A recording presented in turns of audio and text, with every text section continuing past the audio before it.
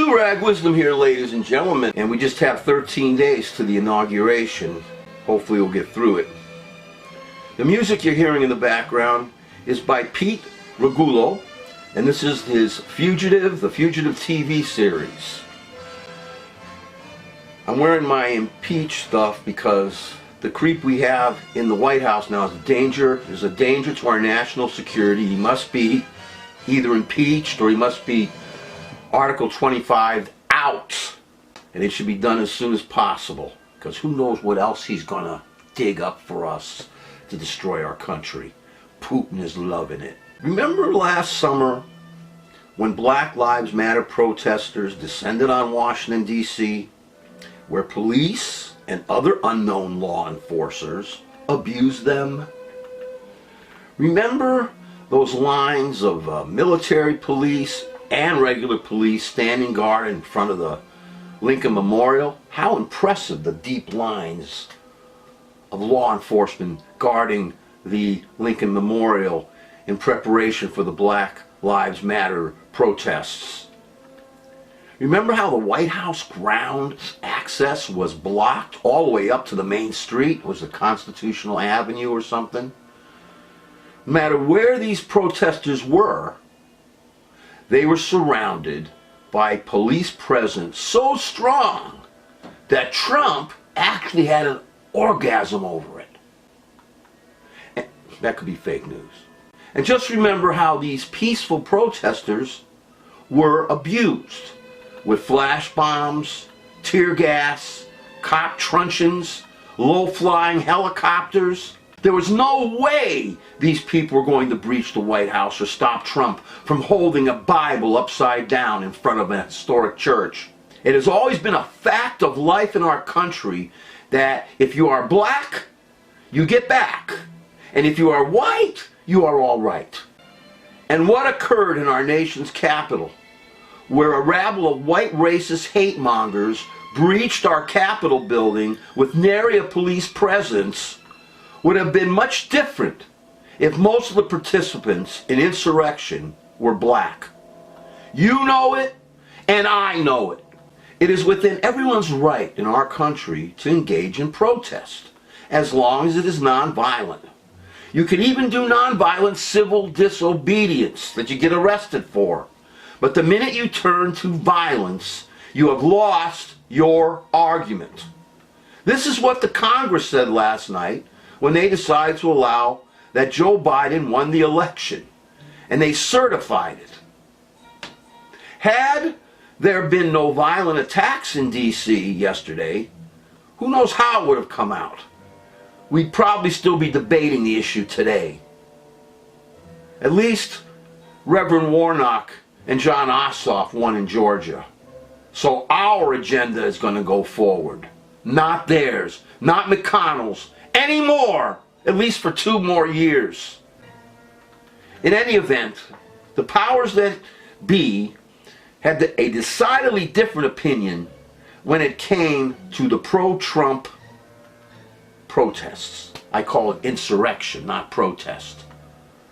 The police were probably told to stand down. I'm saying that. The Capitol building was essentially unguarded. The exact opposite of what was done with guarding the White House during the BLM protests. The mostly white insurrectionist traitors were able to easily breach the Capitol grounds and eventually invade the building itself inside, where they went on a rampage of destruction throughout. It took an entire day to clear this mess out, and then check to see if any booby traps were left behind, such as bombs. 4 people died in the incident. One, a military veteran, was shot and killed by police as she broke through a window. Some Senate and House offices were ransacked. There was this asshole who broke into Nancy Pelosi's office and had a picture of himself seated at her desk with his feet up. He also stole a letter from there, which he showed later to cameras and bragged about it. Hope his ass gets arrested. I almost think this was an inside job. How did this bastard know where to go where Nancy Pelosi's office was. This was fully acceptable to invade our house and then trash it. It was fully acceptable that these people were able to show their contempt for our constitutional rule of law. Trump said he loved them. It was okay for them in their goals to overturn a lawful election and to turn our country into a banana republic dictatorship.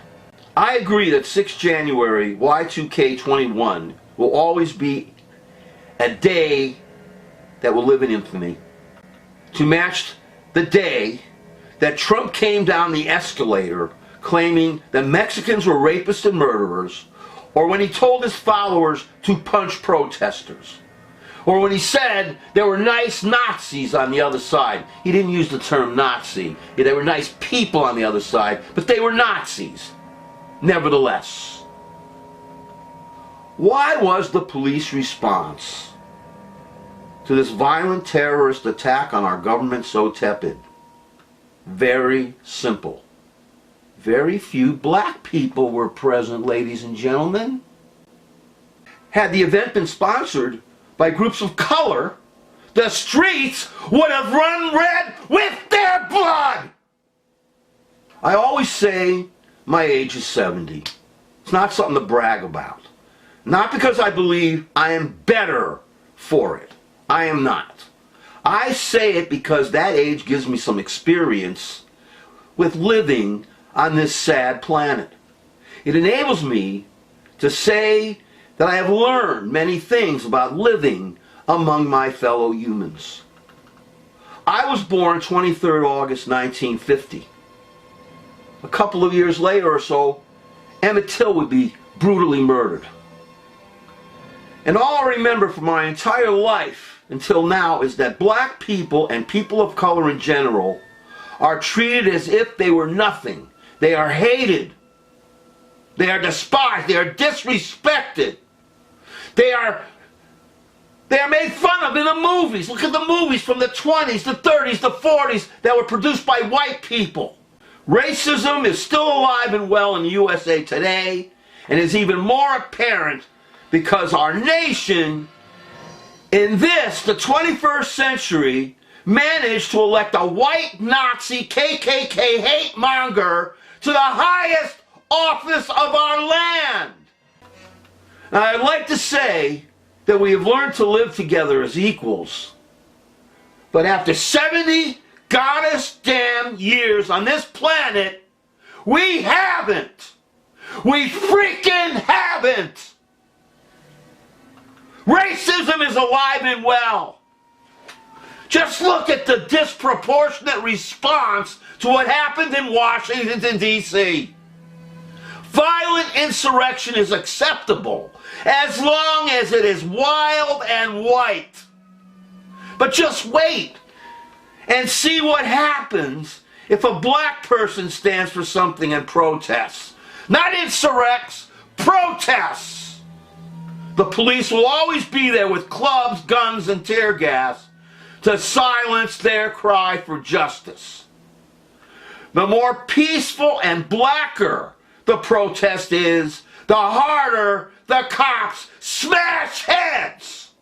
But whites, on the other hand, the holy whites, the royal white race, can always be wet and wild and violent because white has always had its cursed privilege in our divided country.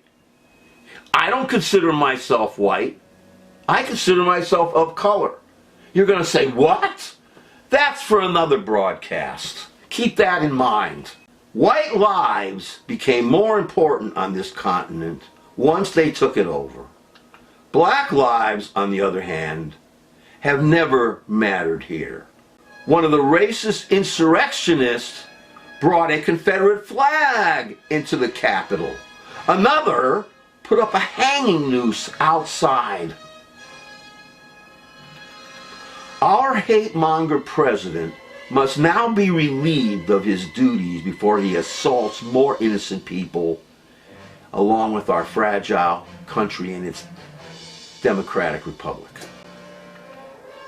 Then all of us, or we should, like 25th Amendment him, then all of us must examine where we are going from here. Color of one's skin should never matter when it comes to treating all beings with respect and dignity.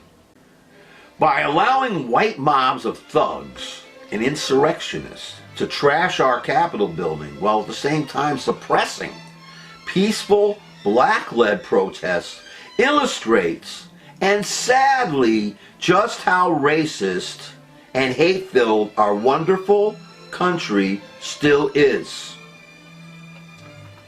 If we want to be the best country we can be, we must get rid of racism and all forms of bigotry. Every criminal who trashed our house in that riot, that terrorist attack, must be found, arrested, tried, and convicted, especially that schmuck who was sitting at Nancy Pelosi's desk. We are going to either be the shining house on the hill or that speck of smelly trash in a garbage heap. It is all up to us.